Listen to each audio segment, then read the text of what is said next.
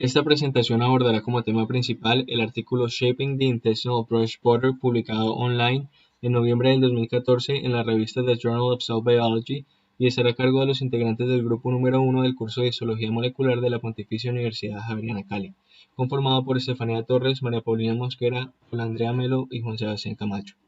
Para hablar más sobre este artículo, este trata fundamentalmente de aspectos fisioestructurales en cuanto al arreglo y microarreglo de los enterocitos en el intestino. Además, esta revista, Journal of Cell Biology, es clasificada por Simago, una herramienta que permite conocer el índice de impacto de las revistas científicas más reconocidas en el cuartil número 1. Para continuar con el tema, entonces, debemos mencionar que en el artículo se resalta la estrecha relación que existe entre la morfología y la función de las células. Por ejemplo, las células epiteliales que se especializan para optimizar procesos fisiológicos, como por ejemplo la absorción de nutrientes en el intestino. Anatómicamente encontramos vellosidades aproximadamente de 0,5 milímetros que se proyectan hacia la luz con el fin de aumentar el área de absorción de nutrientes y que se ven representadas en las figuras A, B y D. Además, el epitelio que recubre estas células es cilíndrico simple, compuesto en su mayoría por enterocitos, responsables de la absorción de los productos de la digestión.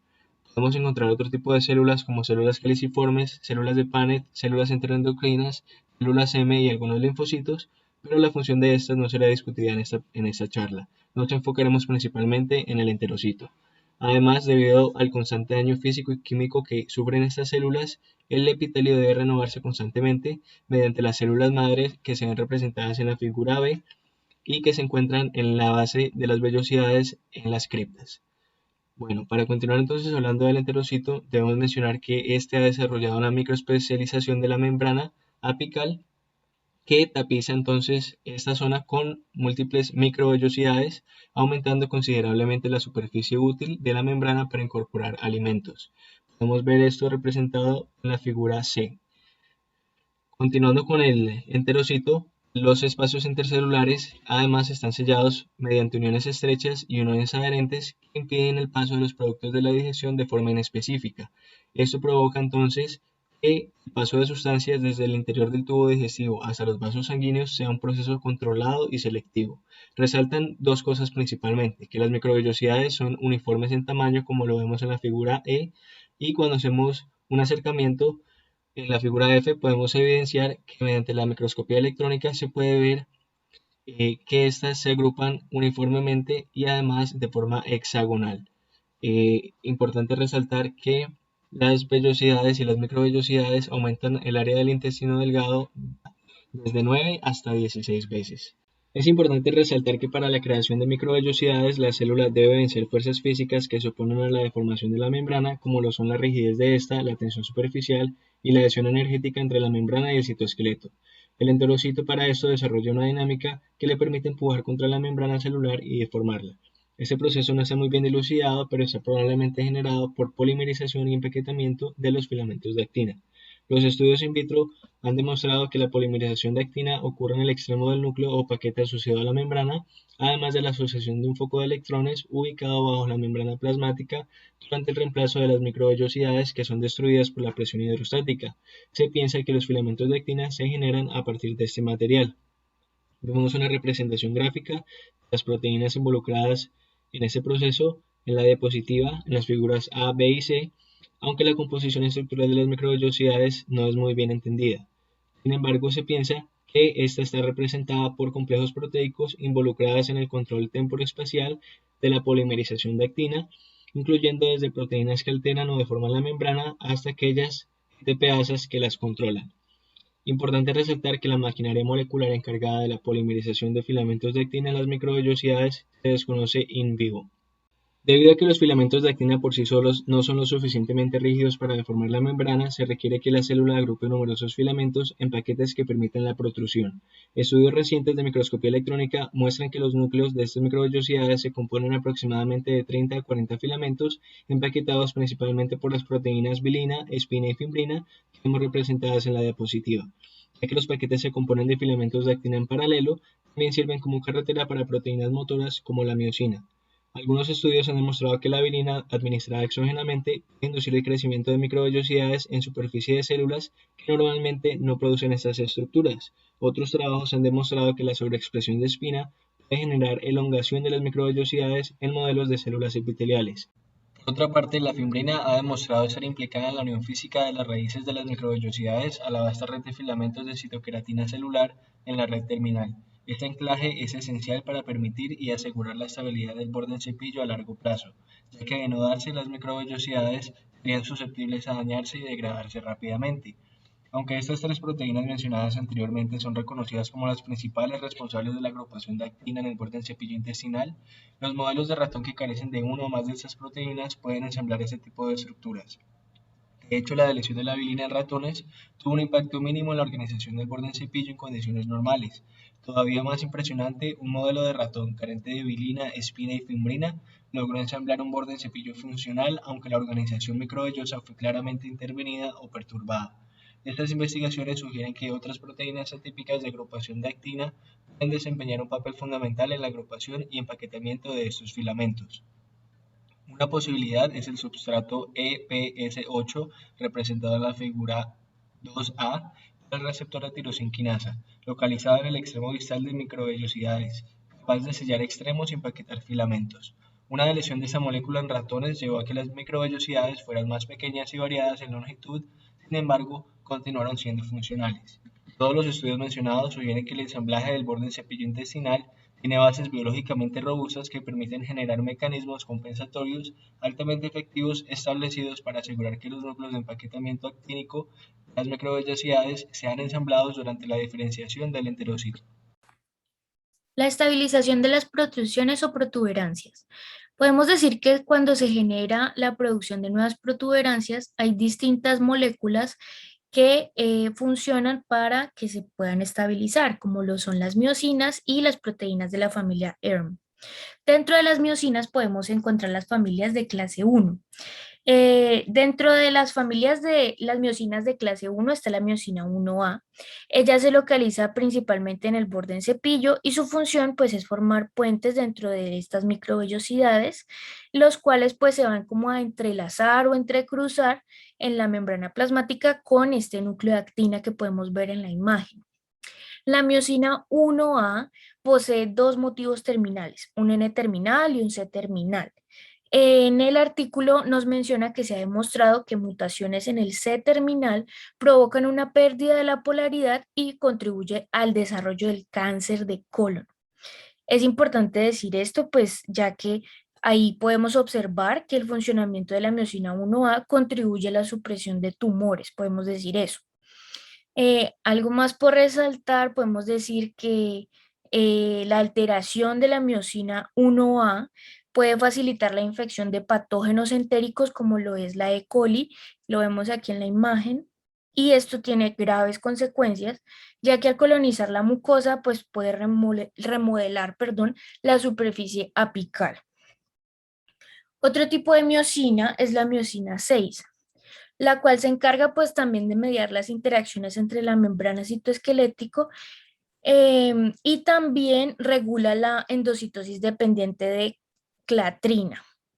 En el artículo nos mencionan estudios con ratones en los cuales se ha observado que la ausencia de miosina 6 provoca un levantamiento de la membrana plasmática al citoesqueleto de actina, además de la fusión de las microvellosidades, lo cual es una consecuencia grave. Habíamos mencionado también proteínas de la familia RM. Una de ellas es la molécula ERSIN. eh, Ella se expresa en el epitelio intestinal y se cree que su activación es secuencial. Podemos decir pues que la familia ERSIN, perdón, la enzima ERSIN se activa, pues va a la membrana, interactúa con fosfatilinositol, provoca una fosforilación de una tronina, interrumpe la inhibición entre el FERM N terminal o FERM N terminal y el CERMAD para poder que la molécula se active. Esto es importante porque así se va a poder unir con F-actina. Entonces, todo este proceso de activación de Ersin es con el fin de que interactúe con proteínas asociadas a la membrana y con el haz central de actina. Al final, pues, Ersin se desfosforila por fosfatasas, como lo sabemos, en las microvellosidades, como lo hemos dicho. Decimos entonces que Ersin estabiliza las interacciones entre la membrana y la actina, pero también pues desempeña funciones fundamentales como que durante la formación de este borde en cepillo, esta funciona como un señalizador y promueve la localización apical de nucleótido de guanina específico de CDC42. Esto es importante porque la activación de CDC42 ayuda a la inducción de la diferenciación apical y el borde en cepillo. El acoplamiento pues de Ersin con el factor intercambiador de nucleótido de guanina específico para CDC42 podría permitir que los eventos tempranos de protrusión o pues protuberancias de membrana se acoplen a reticuladores de membrana citoesqueleto y se logre una estabilización de estas nuevas protuberancias. Entonces, como podemos ver, es fundamental el papel de estas moléculas. Bueno, en el artículo se nombraba el orden o la importancia de la organización del orden del borde en cepillo de los intestinos. Entonces, como se evidencia en las micrografías, se puede observar una figura de un cepillo en esta imagen, la primera en A, y también en la segunda imagen, en donde se nombra la palabra microvellosidad. Entonces, esta teoría se veía muy confundida porque prácticamente no se podía como tener una imagen que se asemejara a las in vivo de esta estructura. Lo que se usó es una línea celular derivada de un adenocarcinoma de colon, que es la línea CACO2BBE. Estas células establecían un eje que sería del lápiz a la base y formarían el borde en cepillo. Entonces, con esto se demostró que las moléculas de adhesión son importantes en la organización de las microvellosidades, es decir, en el borde en cepillo. Las microvellosidades están conectadas o agrupadas por enlaces. Estos enlaces son formados por miembros de las caderinas y protocaderinas similares a los de la mucina. Estas proteínas que participan en estos complejos transheterofílicos son la PCDH24 y la MLC-PDH. Es decir, que una alteración a estas proteínas desorganizaría completamente el ensamblaje del borde en cepillo.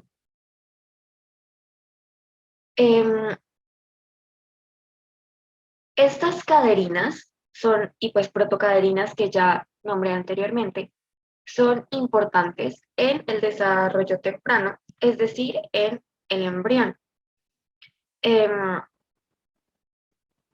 Dado que forman enlaces que conectarán con los estereocilios vecinos. Y los enlaces después de esto formarían un enlace ya maduro. Entonces, ¿qué pasa? Que ya como nombré anteriormente, la alteración de estos enlaces perjudicaría la organización pues, de las microvellosidades en el borde del cepillo. Estas protocaderinas se asocian a un síndrome de Usher, que es el síndrome de Usher tipo 1, que es la forma más común de ceguera y sordera en seres humanos. En este síndrome lo que sucede es que existe una lesión del gen USH1C, que codifica la armonina.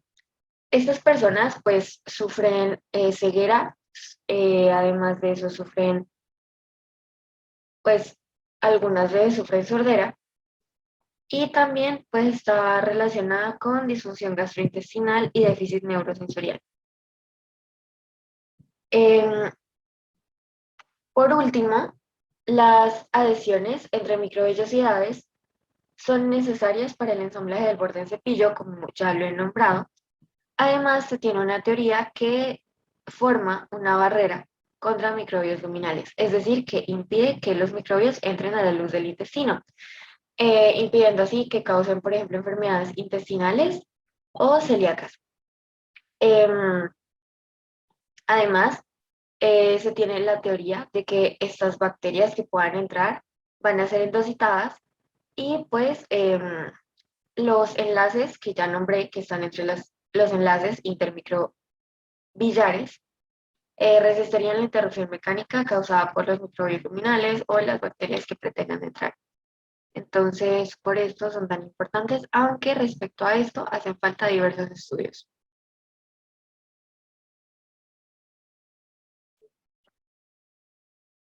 En direcciones futuras, tenemos que, por el momento, se conoce la adhesión intermicrobillar, que pues está en uniformidad a las longitudes de las microvellosidades.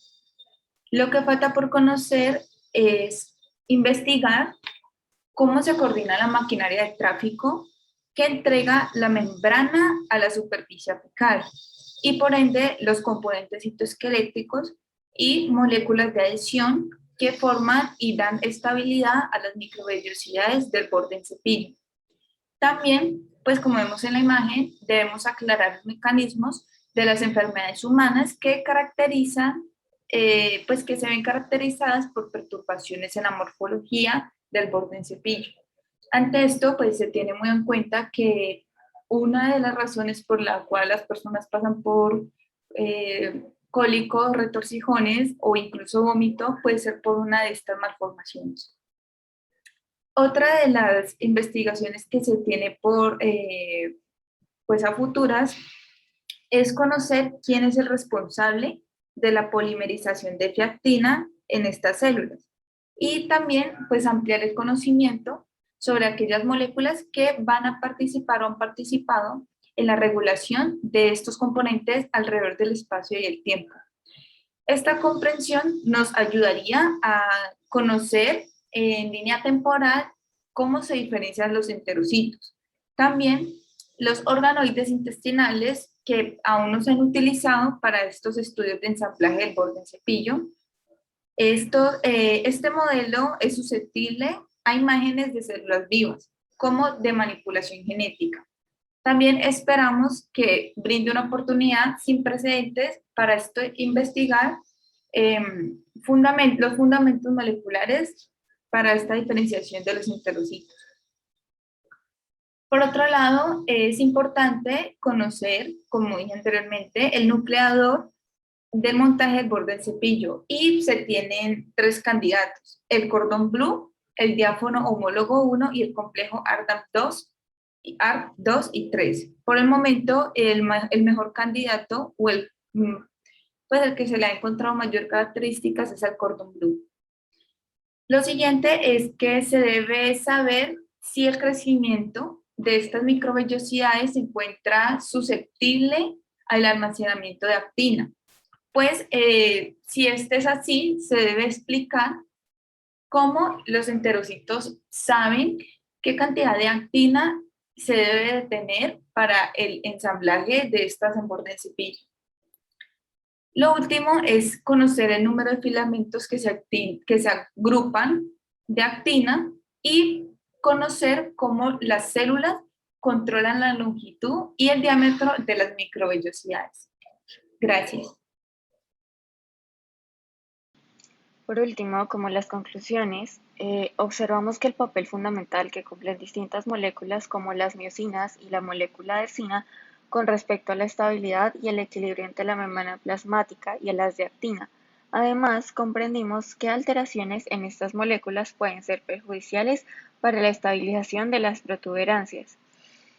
Entre otras, también se analizó la importancia de la estructura del borde en cepillo de las microvellosidades para la protección del lumen del intestino de diversos microorganismos luminales, bacterias y cuerpos extraños.